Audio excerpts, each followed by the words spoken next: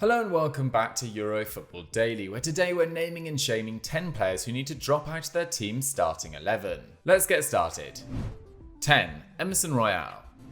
Spurs may still reside in the top 4 of the Premier League at the time of writing, but their performances are not always matched up to their results. In fact, Spurs have gone into the dressing room losing after 45 minutes in all of their last 6 games. Unsurprisingly, this has resulted in fans booing the team and demanding change. Nobody in the team has been on the receiving end of this abuse quite as much as Emerson Royal. The right-back is yet to contribute to a single goal this season, having put up just 1 assist last campaign in 31 Premier League appearances, despite being asked to play in a much more advanced wing-back role under Antonio Conte.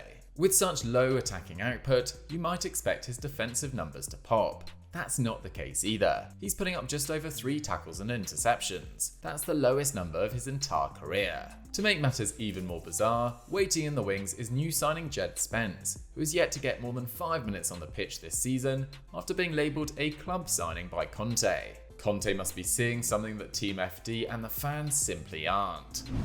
9. Noussari Mazraoui.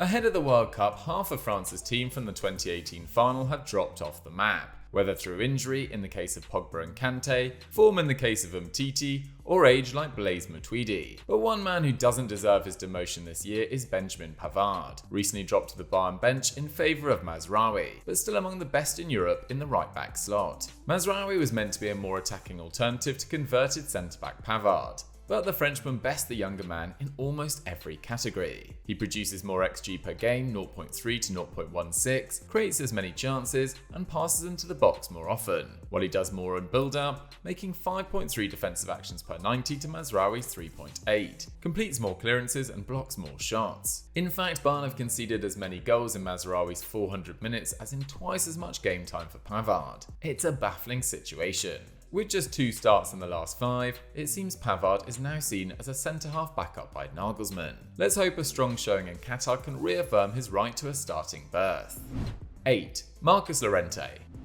18 months ago, Marcos Llorente was almost single-handedly delivering the title to Atletico Madrid. That year, the Spaniard was on an insane finishing streak, turning 9 expected goals and assists into 12 actual strikes and 11 more created from midfield. But now he's sidelined with a calf injury, putting his World Cup in jeopardy. And once he's back, there's little to suggest he deserves a spot in Atleti's 11. Originally a conventional deep-lying playmaker at Real Madrid, Llorente's engine saw him fill in on the right at the Wanda Metropolitano.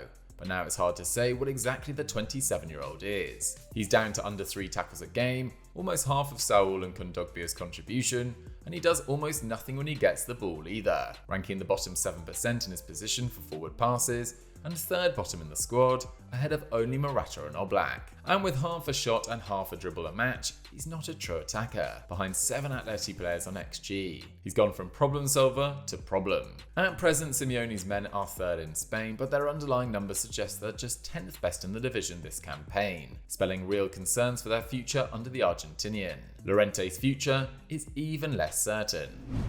7. Adrien Rabiot. A few weeks back, we covered Manuel Locatelli's horrible form for Juventus this season, but the Italian isn't alone in faltering in Max Allegri's crumbling side. We long thought Adrien Rabiot simply needed minutes to show his class, but with 8 starts this year and over 2,000 minutes in the last 2 campaigns, it's time to admit our mistake. The Frenchman is playing the worst football of his life. Like Locatelli, he's barely getting on the ball. 11 of his teammates get more touches, and he manages just 33 passes a game, in the bottom 30% of midfielders, while he's similarly ineffective at passing forward, hitting only 3 balls into the final third each match, down from 7.6 3 years ago. And while that might be a Allegri ball, the coach has generally preferred building down the flanks. Rabiot's doing little else, his ball winning dropping to 2.5 per 90 from 4.5, and possession recoveries and headers also lower than in either of the last 2 seasons. Perhaps a change of coach can resuscitate Rabiot's career once again, but Juve's campaign may be beyond saving. 6. Harvey Elliot. We're sure Harvey Elliot will be an important player for Liverpool. After all, the Englishman is just 19 and a regular for one of the defining managers of the last decade. But with the Reds down and out of the title race after just a 1/3 of the season, a spell on the sidelines for the youngster could help them settle their floundering press. Elliot, of course, is a strong passer, but he's not currently totally necessary to the lineup. 8 Liverpool teammates create more chances, 3 play more progressive passes, and 2 play more passes into the box. And with Elliot removed, Klopp could field another midfielder, allowing Thiago to move up and fill the attacking hole. That would help the team out of possession too, with only Robertson, Salah and Darwin winning the ball less than Elliot, who was beaten far too easily this campaign, with a shocking 17% tackle success rate, below that of 36-year-old James Milner. He's simply too lightweight. With the Anfield side regaining possession high upfield less than ever before, and giving up 1.4 xG per 90, worse than 13 Premier League teams, something has to change. Elliot is the easiest underperformer to cull. 5. Rui Patricio. With Napoli tearing up both European and domestic competition, it may surprise you to learn that the partner paid do not have the best underlying stats in Italy. Instead, it's 4th place Roma who take that accolade, Jose Mourinho's team matching Napoli's XG, boasting the lowest XG conceded in Europe's top 5 leagues, currently defending at a rate which would predict just 25 allowed over a full year. The fact these numbers haven't turned into a higher ranking is partially due to Tammy Abraham, whose finishing has been woeful, but with over 3 shots a game he'll start scoring soon, and Rui Patricio is just as big a problem. The 34-year-old had a 74% save rate last year, but that's now down to 65. 5th from bottom in Serie A, while he shipped 11 from just 7 xG, an underperformance which ranks as the 11th worst across Europe's top 5 leagues, close to Leicester's calamitous Danny Ward, and lower than out-of-form stoppers like Lloris and Kasper Schmeichel. Given the stiff competition in Italy this year, with 2nd and 6th separated by just 4 points, it only takes a brief shaky patch to cost a club European football. Mourinho needs to keep an eye on his keeper. 4. Alessandro Bastoni.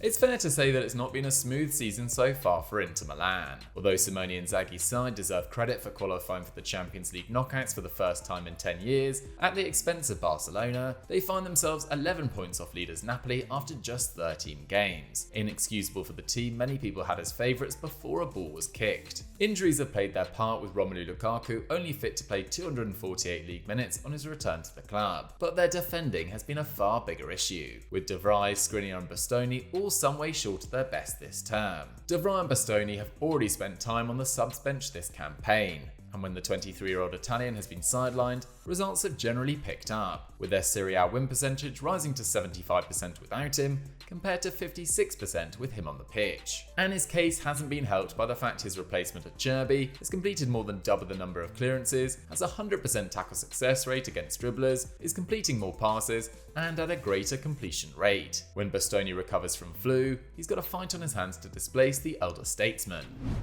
3. Kai Havertz. To be clear, here at Eurofootball Daily we are big fans of Kai Havertz, and it would make sense if Graham Potter decided to invest minutes in the young German, rather than Pierre-Emerick Aubameyang, in the hope of building a good Chelsea attack one day. But it's impossible not to notice how poor the 23-year-old has been this season, with 0.3 xG a game only ranking 6th in the squad, and 2 goals in 10 at the time of writing. Those xG numbers are the worst of Havertz's career, below his mark at Leverkusen as a 17-year-old, and he's also taking fewer shots than in 3 of the last 4 campaigns, as well as hitting all-time lows for touches, chances created and dribbles. He still loses the ball more than 5 times per 90 and commits more fouls than he wins for the 3rd successive season, but is nonetheless almost always on the team sheet, ranking 6th for minutes in the blue squad, a vote of confidence he's hardly earned. Given that Potter got exceptional numbers out of a 30-year-old Danny Welbeck last year, we expect him to work his magic on the erratic Havertz. But a rest before the World Cup could do him good, and Chelsea will hope he can find his form in Qatar. 2. Kerem Demirbay. With just 22 Bundesliga games remaining, we're out of the campaign's early stages, and the table's taking shape, and it makes scary reading for Leverkusen. Last year's 3rd place finishers are 5th bottom currently, and having scored 80 and allowed 47 in 21-22, they're now on track to net 45 and concede 71, a 59 goal swing in goal difference. The main issue is giving up high value shots, a yard closer to goal on average than last year, so shoring up defensive midfield should be a priority. And that means Ezequiel Palacios, soon returning from a hamstring complaint, should finally displace Kerem Demirbay as a permanent starter. Palacios puts up 6.5 tackles and interceptions a game, 2 more than anyone else, and 3 times Demirbay's output, while 85% of his challenges succeed to the German's 40%. Bringing in the Argentinian wouldn't hurt in possession either. He's the best passer on the team.